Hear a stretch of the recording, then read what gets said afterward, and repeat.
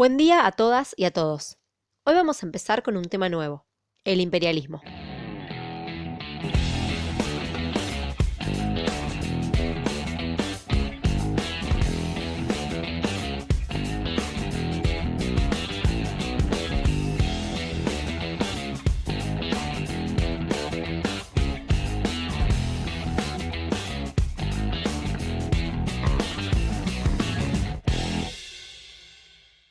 El imperialismo es el proceso de expansión y dominación llevado a cabo por las potencias o países desarrollados sobre territorios periféricos o países no desarrollados.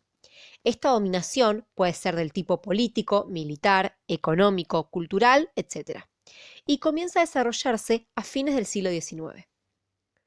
Las causas del imperialismo son económicas, políticas, demográficas e ideológicas.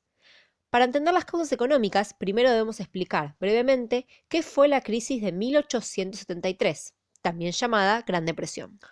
Luego de la Segunda Revolución Industrial, el mundo capitalista había comenzado una expansión económica nunca vista hasta el momento. Sin embargo, este crecimiento de producción, de ganancias, etc., se frenó con la crisis de 1873, que fue una crisis de sobreproducción, es decir, que el mercado se vio saturado de productos, bajaron los precios y por consiguiente disminuyeron las ganancias de los capitalistas.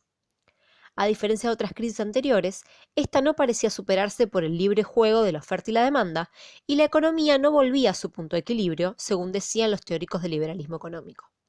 Por este motivo, a esta crisis se la conoce como la Gran Depresión.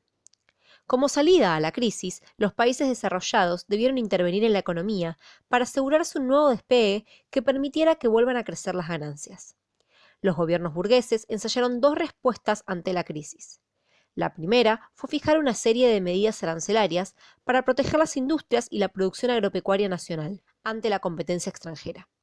La aplicación de medidas proteccionistas significó el fin de la libertad comercial. Solo Gran Bretaña mantuvo las políticas de libre cambio. La otra salida a la crisis fue la expansión imperialista.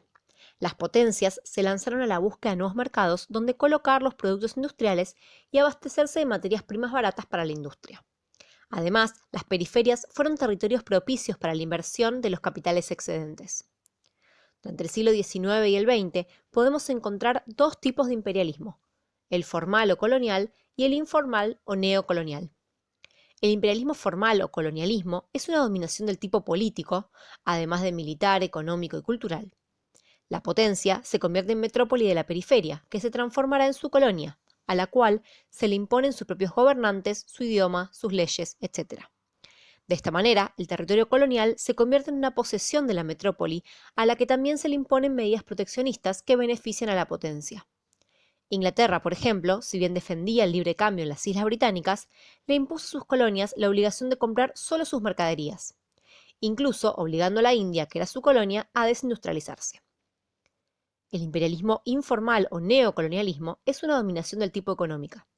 El país periférico sigue siendo políticamente independiente, pero la potencia se convierte en su principal comprador, vendedor, inversor e incluso tiene influencia directa en las decisiones económicas que este país toma, para garantizar que esa dominación se mantenga y siga beneficiando al país industrializado.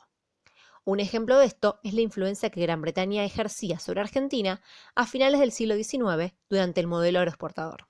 Como dijimos, además de las causas económicas, hay otros factores que explican el desarrollo del imperialismo. La causa política está íntimamente ligada al sentimiento nacionalista que, como vimos, imperaba en la época.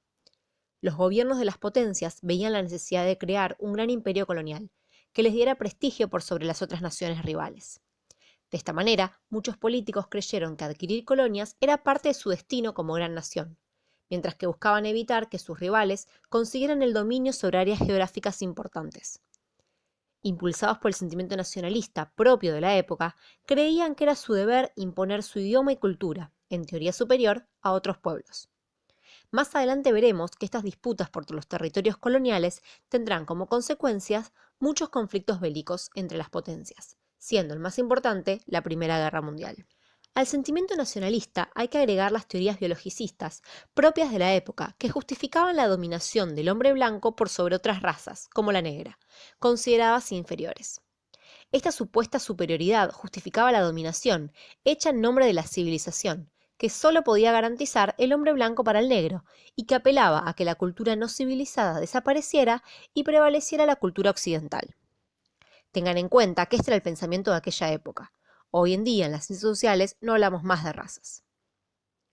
La construcción de grandes imperios coloniales comenzó, como dijimos, a finales del siglo XIX y se sostuvieron durante gran parte del siglo XX.